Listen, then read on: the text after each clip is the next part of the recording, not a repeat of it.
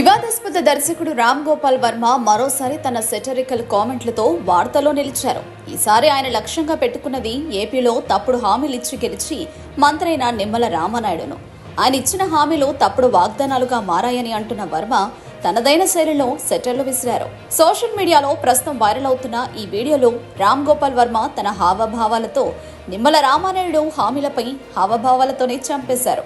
ప్రత్యేకమైన facial expressions, వ్యంగ్య భాష శైలితో వర్మ హామీలలోని నిజాన్ని ఎండకట్టారు.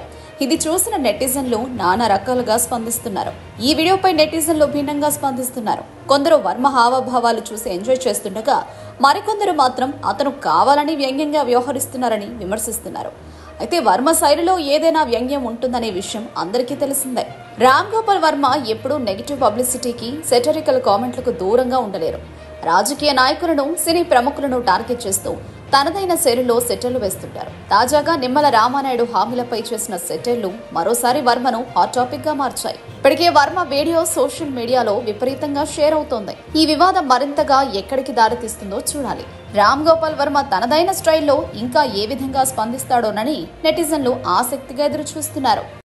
ఇప్పుడు వాలంటీర్ వ్యవస్థ కొనసాగుతుంది, ఇంకా పటిష్టం చేస్తాం. ఇప్పుడు వచ్చే జీతం కంటే ఇంకా రెట్టింపు జీతం ఇస్తాం.